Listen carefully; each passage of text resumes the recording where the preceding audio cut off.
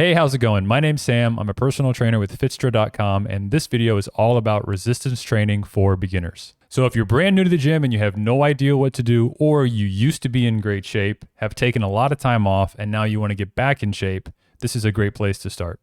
In the first half of the video, I'm going to talk about my Fitstra beginner program. We're going to cover all the details, all the equipment, everything that you need to know how to run it. I'm going to include that here for free so you have it. And then in the second half, I want to talk about why strength training is so important for untrained lifters. So now I'm going to get rid of this little face box right here. You don't need to see me the whole time. I'm not going anywhere, but my face will get in the way of all my cool PowerPoint slides that I made. Before looking at the beginner program, I want to briefly do a little ad spot for my book. Everything in this video can be found in Fitness and Nutrition Programming for Beginners. It's got 8 educational chapters that focus on things like strength training, nutrition, fat loss, cardio, how to warm up, how to cool down, all sorts of good stuff like that. It also has 9 other complete workout programs that focus on hypertrophy, which is muscle growth, and strength training. If you buy the paperback version off of Amazon, you will get a free copy of the PDF as well. This is linked in the video description below.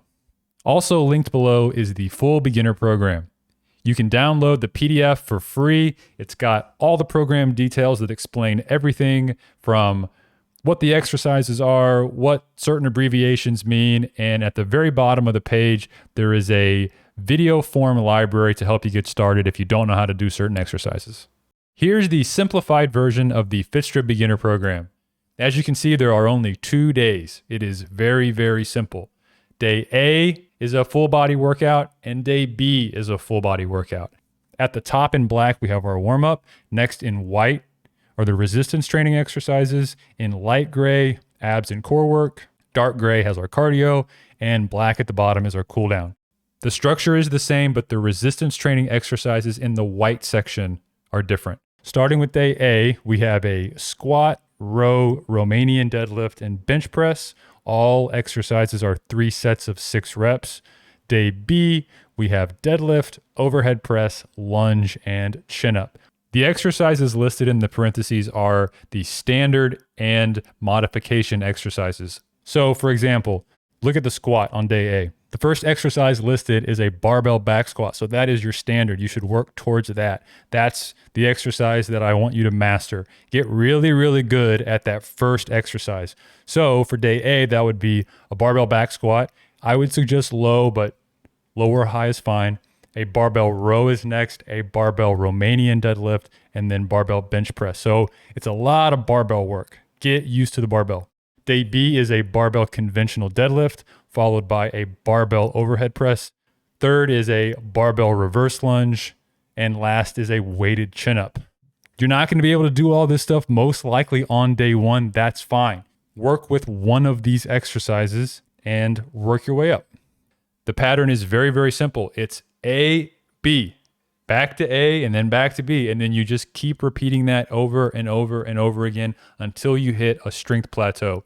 When you stop improving from this basic routine, then we switch things up just a little bit.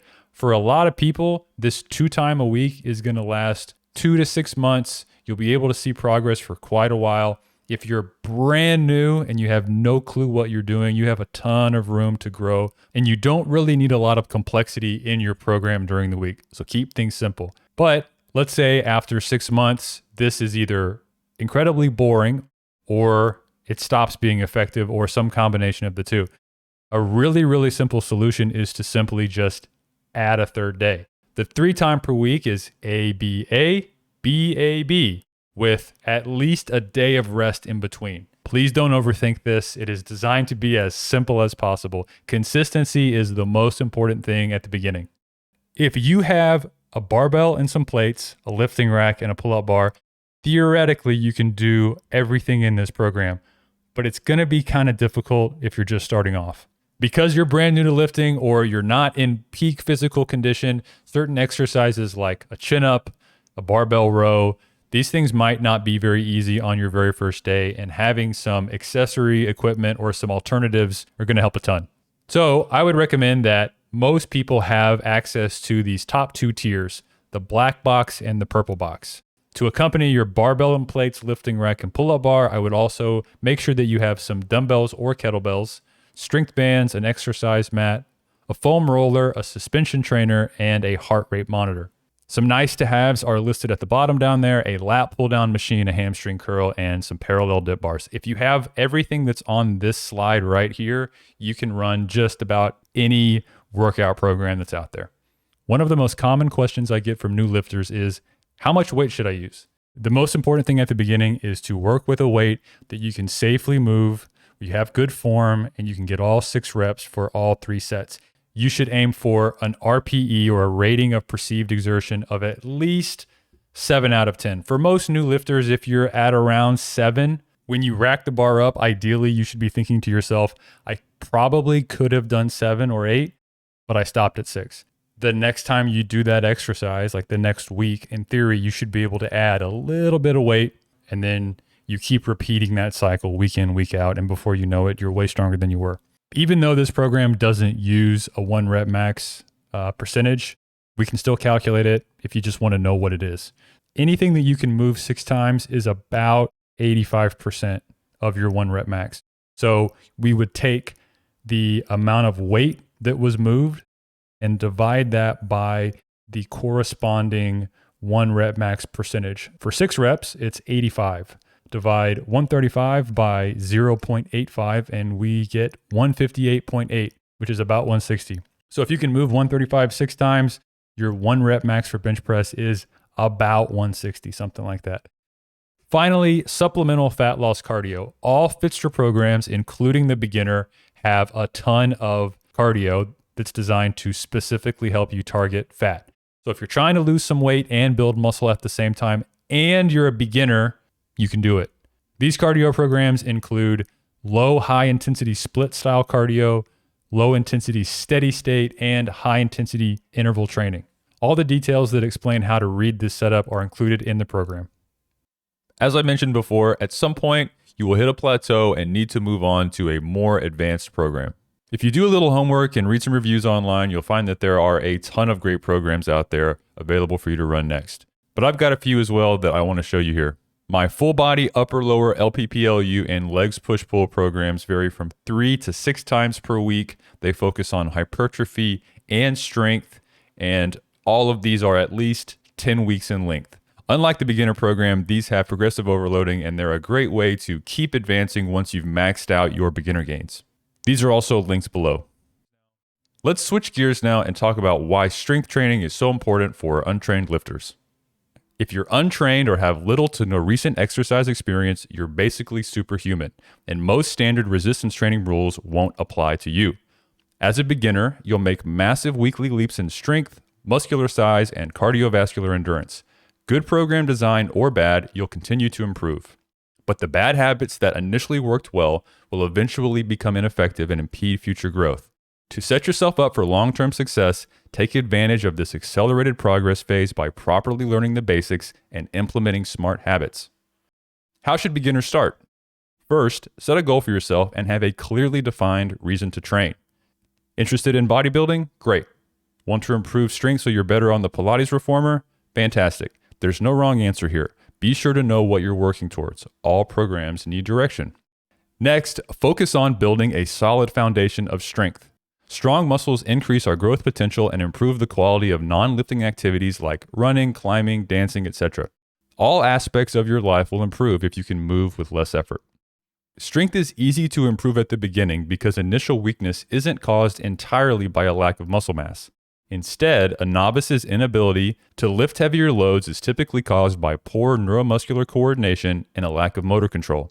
This means beginners have enough muscle mass to lift relatively heavy weight, but their brains aren't good at communicating with their muscles to produce consistent, controlled force.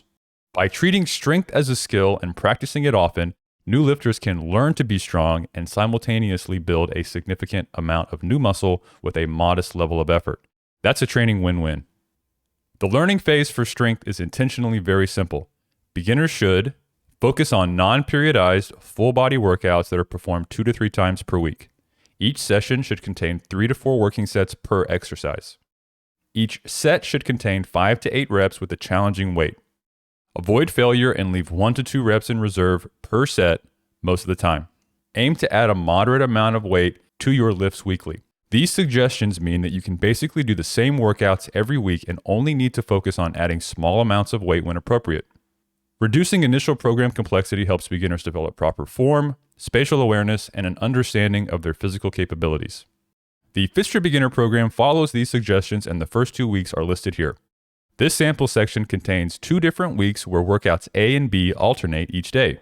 There are only 8 different compound exercises in the A-B split, making it an easy routine to learn. Stick to this strength protocol or one like it for at least the first 2 months and limit high rep sets that target hypertrophy. There's a good chance you won't significantly increase muscle size during this 8-week period anyway. The increased volume from high rep sets may cause muscle damage and unnecessary fatigue, impeding growth. Why is this strength phase so important? The more strength you build at the beginning, the heavier your subsequent high volume work can be. This will help you build more muscle. Think of the strength phase as a slingshot that takes an initial investment of time and energy to build, but allows you to rapidly progress when released. Become as strong as possible before you change program variables like rep ranges or exercise frequency. Finally, early equipment and exercise selection should mirror the program you're going to follow. If you decide to work with the Fitstra Beginner program or one similar to it, you will use a barbell for many of the exercises. Start with the bar from day 1 or introduce it as soon as you build enough strength, coordination, and confidence. You'll feel more comfortable with this piece of equipment each time you use it. In any fitness setting, learning to use the tool is just as important as learning to move the weight. Some studies indicate that external cueing is more beneficial than an internal focus for beginners.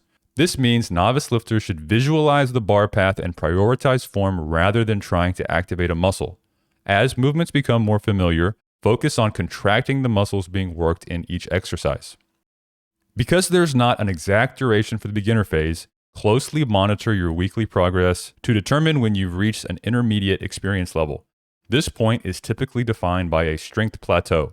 When you're comfortable with the pieces of equipment in your program and stop improving from the same basic workouts, it's time to move on to bigger and better things. Some may reach this point after a few months, while others might continue progressing over a year. Listen to your body, do what's best for you, move on when you're ready, but don't rush things. An extra month spent solidifying your foundation with the possibility of minimal returns is much better than moving on too soon. Don't leave easy gains on the table. Hopefully by now you understand why strength training is so important for new lifters and feel confident that you have a good program to help get you started. For more information, check out Fitstra.com.